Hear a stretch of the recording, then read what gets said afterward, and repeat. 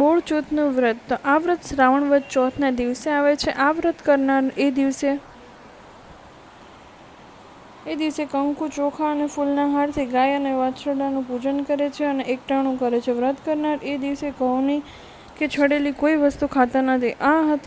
એક હતા સાસુ અને બીજા હતા વહુ. સાસુ બોળચોથના દિવસે નદીએ નહાવા ગયા અને જતી વખતે વહુને કહેતા ગયા, અરે વહુ બેટા, આજે તો ઘઉંલો ખાંડીને રાંધી રાખજો. વહુએ કહ્યું કે ભલે.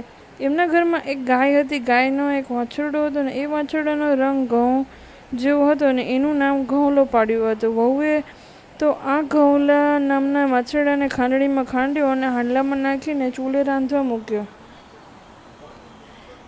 આવીને સાસુએ પૂછ્યું એટલે વહુએ જવાબ આપ્યો, અરે બા, ઘઉંલાને તો ચૂલે તો ચડાવ્યો, પણ એણે ઘણો ઉત્પાત મચાવ્યો, ઘણું જોર કર્યું, માંડ માંડ ખાંડ્યો અને માંડ માંડ ચૂલે ચડાવ્યો.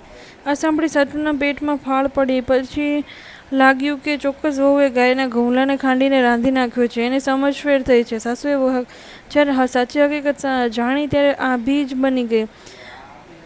આજે તો બોળચોથ હતી. ગામના લોકો વાછરડાની પૂજા કરવા આવવાના છે અને હવે એ સૌને શું મોઢું બતાવીશું? સાસુએ તો ઘઉંલાવાળું હાંડલું ટોપલામાં મૂક્યું અને વહુને માથે મૂકીને ગામમાં બહાર ગયા અને હાંડલું ઉકરડામાં ફેંકી દીધું અને ઘેર આવીને સાસુઓ અંદરથી ઘર બંધ કરીને છાનામાના બેસી રહ્યા.